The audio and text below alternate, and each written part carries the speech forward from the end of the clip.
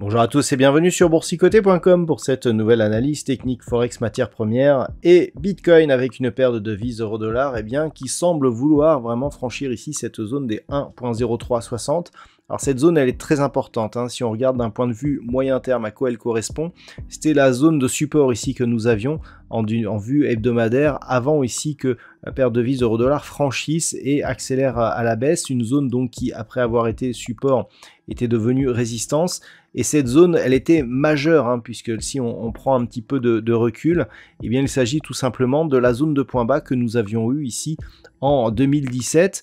Donc là, on l'a franchi, cette zone. On est en train de revenir dessus. Alors, pour l'instant, si on revient un petit peu sur la configuration actuelle, cette zone des 1.0360, elle est résistance. Mais elle a été testée donc la semaine dernière, on est revenu ici marquer une petite phase de consolidation avant de revenir rapidement dessus. Si on regarde au niveau des retracements de Fibonacci, nous avons une configuration ici assez technique. On a ici une phase d'impulsion, on retrace quasiment jusqu'à la zone des 23,6, donc d'un point de vue très court terme, on est ici sur une consolidation horizontale mais qui ne remet absolument pas en cause le fond de la tendance. Et on revient directement ici chercher cette zone de point haut. Donc clairement, avec une cassure, c'est vraiment la tendance moyen terme qui pourrait être impactée, puisque on aurait ici la cassure d'une zone qui a déjà été testée comme zone de résistance et qui pour l'instant nous confirmait une dynamique qui était devenue baissière, puisqu'il s'agit d'un niveau assez puissant tout de même. Donc on va observer un éventuel retour des cours ici au-delà de cette zone, ce qui serait tout à fait plausible, puisque même si ce n'est pas encore confirmé, on sent que la Fed, dans les prochains mois, pourra avoir un peu moins de pression sur sa monnaie que ne l'a actuellement la Banque Centrale Européenne. C'est donc ce qui justifie cette remontée de la paire de devises. Donc on est vraiment ici sur une configuration qui pourrait se confirmer. Une rupture de la zone ici des 1.0360 nous donnerait un fort signal moyen terme. Il faudrait revenir ici sous la zone des 1.0120 pour invalider cette anticipation. Sur la paire de devises livre sterling contre dollar américain, on y est presque à cette zone historique. Alors sur cette paire de devises, la zone historique elle est plus ici, sur les niveaux des 1.20. Alors on avait déjà eu des tests ici sur des zones, par exemple la zone des 1.1470, qui avait déjà marqué une première cassure sur la zone des 1.20, qui est vraiment un niveau historique. On avait fragilisé et puis on était vite remonté au-dessus. Là, cette zone, justement, c'était celle des 1.1470. Cette zone des 1.1470, on est en train de repasser au-dessus. On a une zone intermédiaire à 1.1740, mais vraiment la zone historique, ici, c'est 1.20. Donc, si on regarde ce qui se passe ici d'un point de vue horaire, on voit que la zone des 1.1740, elle est en train d'être franchie à la hausse.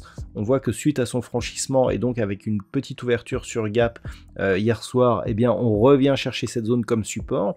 Donc tant que l'on est dans cette configuration, on peut viser un retour ici sur la zone majeure des 1.20, un petit peu comme sur la paire de devises euro-dollar. Un retour des cours ici au-delà de cette zone des 1.20 nous donnerait un très gros signal en ce qui concerne la tendance moyen terme. On le voit pour l'instant, la dynamique court terme est portée ici par une bonne configuration. L'ancienne zone de point haut ici, juste en dessous de la zone des 1.1740, nous donne là aussi un bon appui. Donc pour l'instant, on a une zone de résistance ici qui agirait plutôt comme zone de support. Donc si on confirme objectif 1.20, on devrait avoir des réductions et non pas un franchissement rapide de cette zone tant elle est surveillée. Par contre, si on repasse dessus, effectivement, on aura une tendance moyen terme qui sera vue d'une manière tout à fait différente. Niveau d'invalidation de cette anticipation se situerait à 1.1470.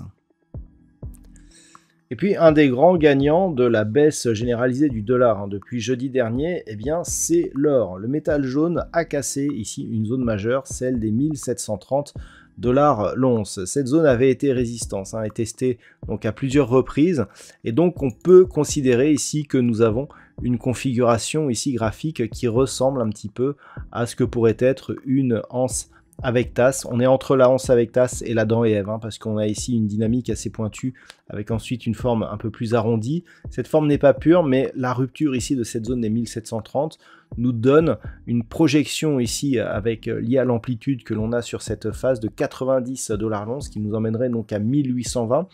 Donc l'accélération provoquée ici sur la rupture des 1730 valide cette configuration, d'autant qu'il n'y a pas eu de retour ici qui aurait pu valider cette zone comme support. Donc on est vraiment ici sur une cassure assez puissante. On a un premier objectif technique ici à 1807 $ l'once. Ensuite, eh bien, il n'y a plus grand chose. On a 1850, donc on pourrait juste venir tester ici cette zone des 1807, et si tel était le cas, on pourrait déjà considérer que l'objectif serait quasiment atteint. Entre temps, nous avons une zone intermédiaire à 1781,50 $ l'once, donc il semblerait que l'or soit en train de sortir de cette dynamique ici baissière dans laquelle il est installé depuis maintenant quelques mois.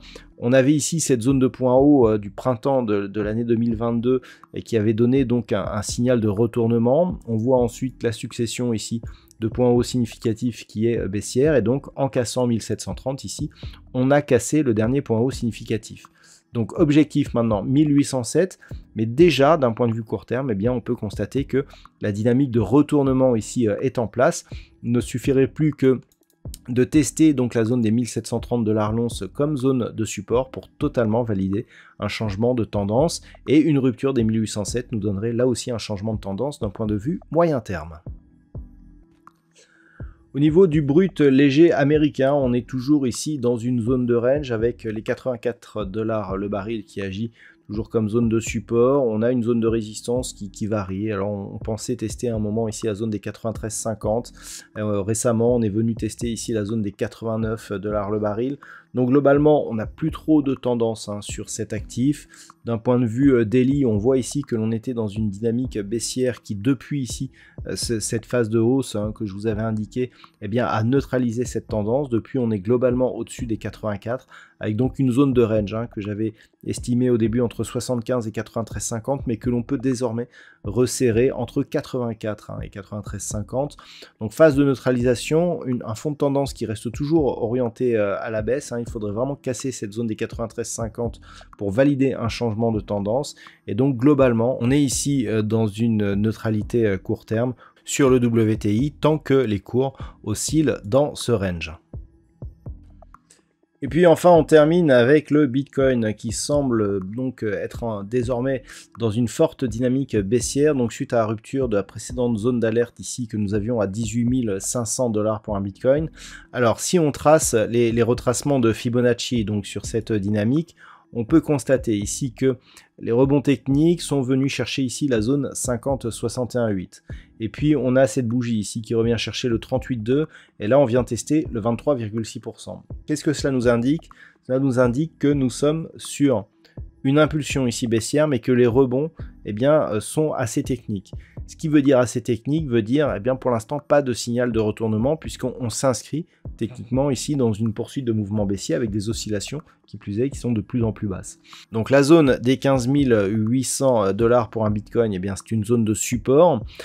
Un franchissement de celle-ci validerait des objectifs bien inférieurs en direction ici d'une zone entre 13 500 et 15 000 $ pour un Bitcoin. On a un objectif intermédiaire à 14 400 $ pour un Bitcoin.